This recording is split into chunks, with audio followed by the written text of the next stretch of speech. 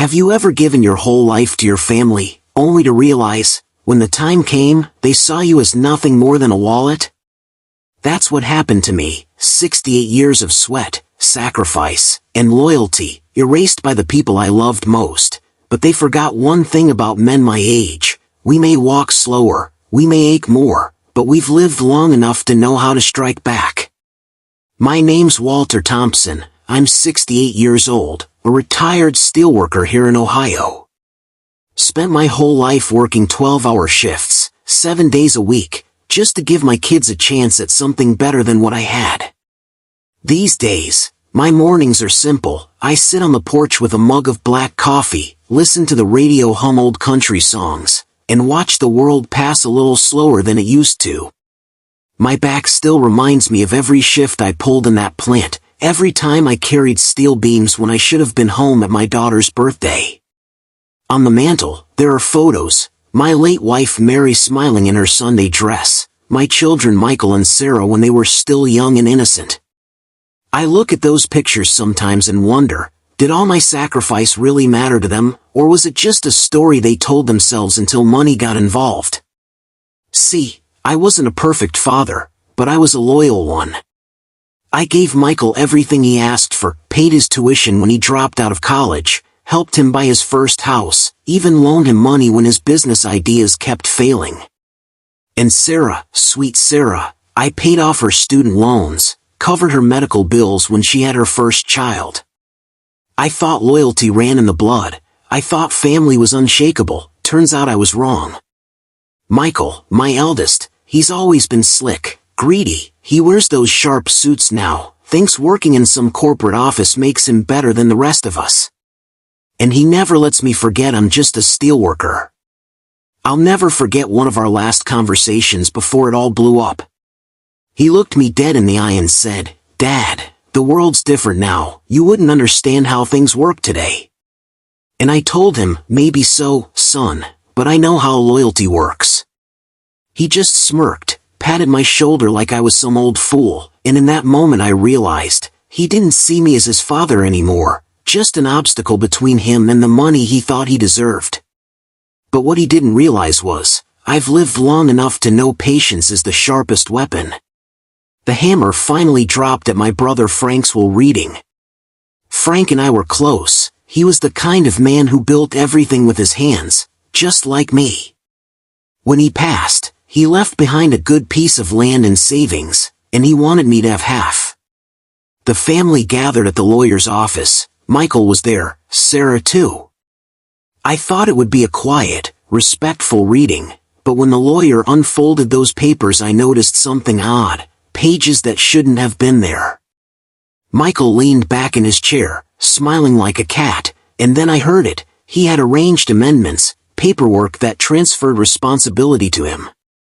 He actually had the nerve to look at me and say, right in front of everyone, "Dad, this is just business. You're too old to manage something like this anyway." Everyone laughed nervously. I didn't. I sat there, staring at the man I had raised, feeling every year of my life tighten around my chest. I didn't argue, I didn't scream, I just sat in silence, while my dignity held me back from breaking down in front of them all. Inside though, it felt like a knife. That night, I didn't sleep. I sat at my kitchen table with a single lamp on, Frank's old photo staring at me from the wall. Michael thought I was too old, too tired, too finished. What he didn't know is that I'd spent decades learning patience and silence, waiting through strikes, layoffs, hard winters when there was nothing on the table but beans. Patience wasn't weakness, it was strength. So I went back to the lawyer quietly. I asked to see the will myself. I read every word. And there it was, right at the very top, the first sentence.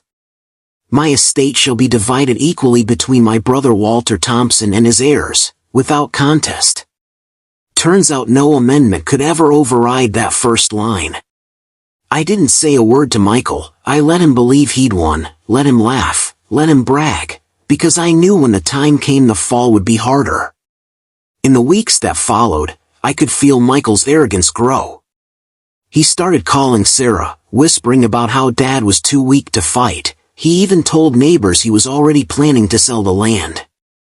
I'd see the way folks in town looked at me, pity, disappointment, like I was already beaten. But I didn't flinch. I went about my days, slow and steady, drinking coffee on the porch, nodding at neighbors, acting like the defeated old man he thought I was. What Michael didn't realize was, storms don't need to be outrun, you just stand steady until they pass, and when the lightning strikes, you make sure it doesn't hit you. The day of the official will reading came. Everyone was there, Michael, Sarah, cousins, neighbors. The lawyer stood at the front of the community hall, papers in hand. Michael sat smug, ready to claim his prize. He even winked at me like he'd already buried me alive. And then the lawyer cleared his throat and began, as stated in the very first sentence of this will, Walter Thompson is to receive equal ownership of the land and assets, without contest. The room went silent. Michael's face drained of color, his smirk vanished. He tried to argue, but the lawyer cut him off. Legally, there is nothing to contest. The first line makes it absolute. Gasps filled the room. Some of the older neighbors clapped. Sarah lowered her head ashamed. I didn't gloat. I didn't raise my voice. I just leaned on my cane, looked my son in the eye, and said, "You should have remembered, son, age doesn't make a man blind, it makes him see clearer." After that day, Michael stopped calling. Neighbors whispered about his arrogance. His reputation was ruined, his power stripped away not by force but by the words of the very will he tried to twist. I went back to my porch, poured myself a fresh cup of coffee, and watched the sunset spill across the fields Frank left behind. I wasn't out for vengeance, I was out for dignity, and in the end I got it back.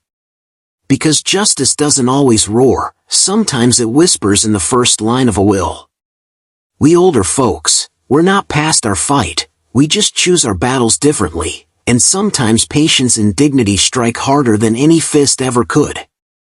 So I'll leave you with this, don't ever let anyone tell you age makes you powerless, it makes you sharper, wiser, and far more dangerous to those who underestimate you. Now tell me, have you ever been betrayed by someone you trusted most?